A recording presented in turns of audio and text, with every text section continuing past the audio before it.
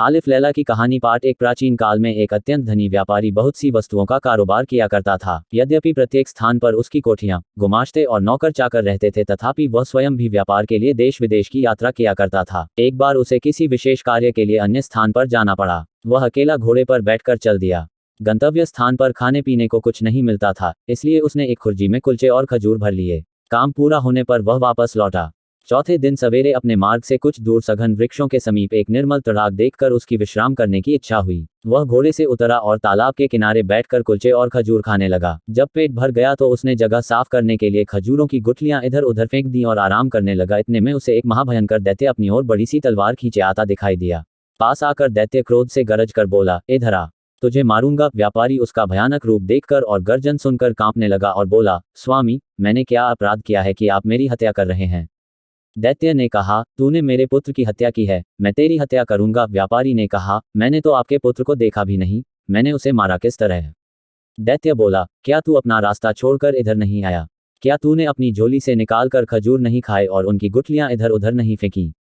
व्यापारी ने कहा, आपकी बातें ठीक हैं, मैंने ऐसा ही किया है। दैत्य ने कहा, जब तू गुठलियां फेंक रहा था तो इतनी जोर से फेंक रहा था कि एक गुठली मेरे बेटे की आंख में लगी और बेचारे का उसी समय प्राणांत हो गया। अब मैं तुझे मारूंगा। व्यापारी बोला, स्वामी, मैंने आपके पुत्र को जानबूझकर तो मारा नहीं है, फिर मुझसे जो भूल हो गई है उसके लिए मैं आपके पैरों पर गिरकर क्षमा मांगता हूं। दैत्य ने कहा, मैं न दया करना जानता हूं न क्षमा करना, और क्या खुद तुम्हारी शरीयत में नरवध के बदले नरवध की आज्ञा नहीं दी गई है? मैं तुझे मारे बगैर नहीं रहूंगा। यह कहकर दैत्य ने व्यापारी की बांह पकड़कर उसे पृथ्वी पर गिरा दिया और उसे मारने के लिए तलवार उठाई। व्यापारी अपने स्त्री पुत्रों की याद कर करके विलाप करने लगा, साथ ही ईश्वर और पवित्र आत्माओं की सौगंध दिला दिलाकर दैत्य से अपने प्राणों की भिक्षा मांगने लगा।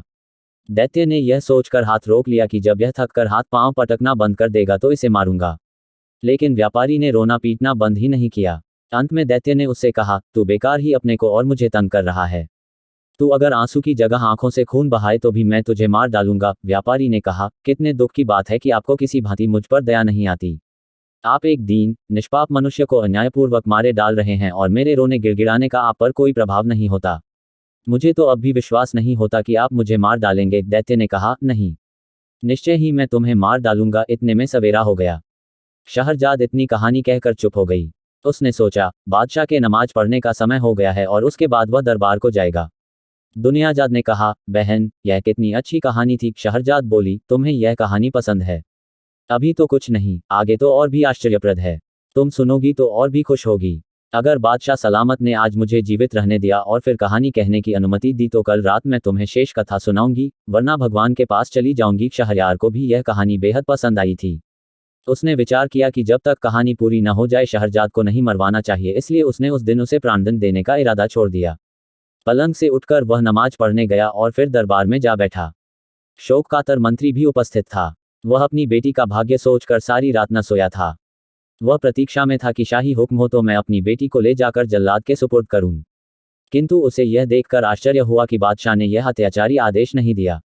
शहरयार दिन भर राजकाज में व्यस्त रहा और रात को शहरजाद के साथ सो रहा। एक घड़ी रात रहे दुनियाजाद फिर जागी और उसने बड़ी बहन से कहा कि यदि तुम सोई नहीं तो वह कहानी आगे कहो।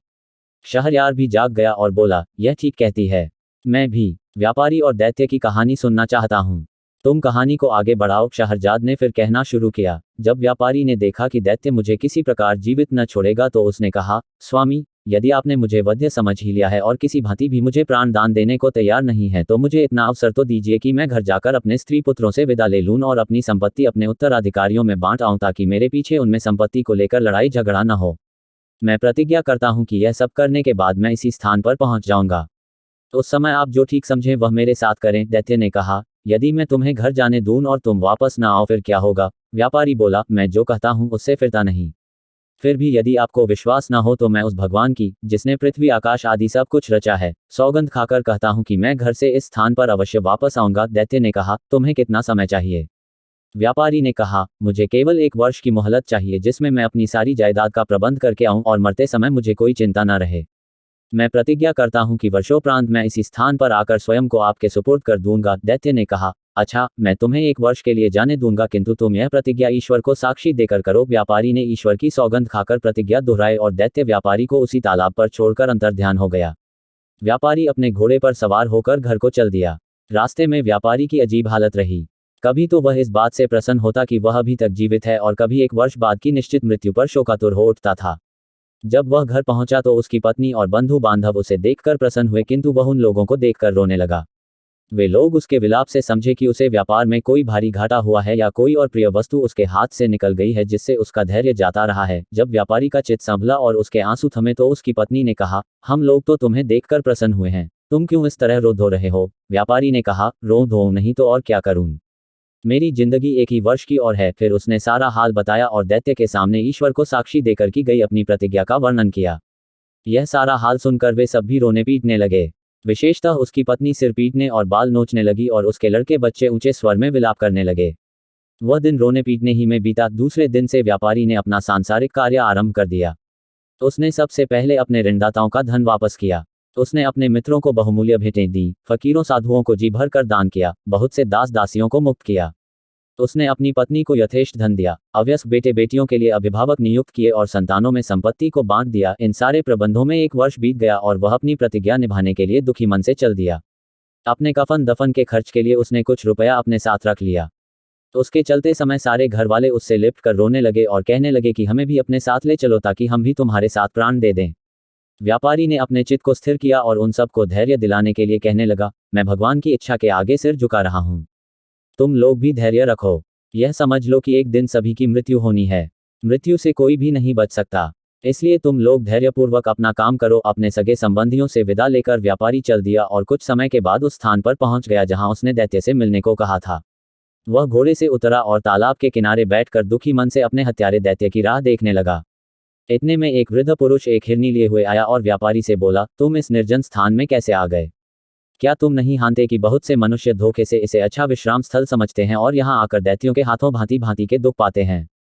व्यापारी ने कहा, आप ठीक कहते हैं, मैं भी इसी धोखे में पड़कर एक दैत्य का शिकार होने वाला हूँ। यह कहकर उसने बूढ़े को अपना सारा वृतांत बता दिया। बूढ़े ने आश्चर्य से कहा, यह तुमने ऐसी बात बताई जैसी संसार में अब तक किसी ने नहीं सुनी होगी। तुमने ईश्वर की जो सौगंध खाई थी उसे पूरा करने में प्राणों की भी चिंता नहीं की। तुम बड़े सत्यवान हो और तुम्हारी सत्यनिष्ठा की जितनी प्रशंसा की जाए कम है। अब मैं यहाँ ठहर कर देखूंगा कि दैत्य तुम्हारे साथ क्या करता है। वे आपस में वार्तालाप करने लगे।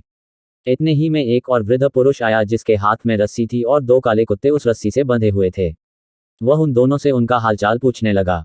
पहले बूढ़े ने व्यापारी का संपूर्ण वृतांत कहा और यह भी कहा कि मैं आगे का हालचाल देखने यहाँ बैठा हूँ।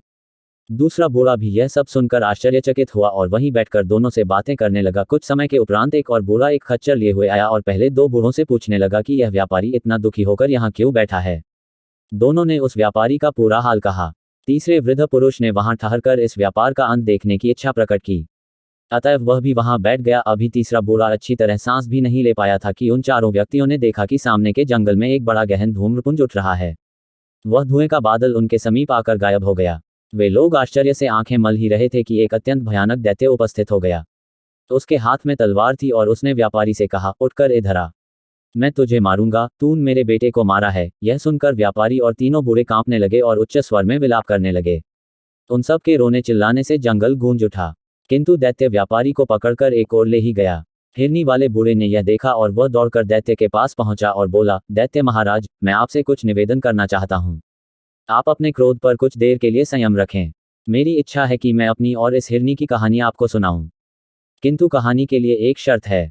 यदि आपको यह कहानी विचित्र लगे और पसंद आए तो आप इस व्यापारी का 1/3 अपराध क्षमा कर दें। दैत्य ने कुछ देर तक सोचकर कहा, अच्छा, मुझे तुम्हारी शर्त स्वीकार है।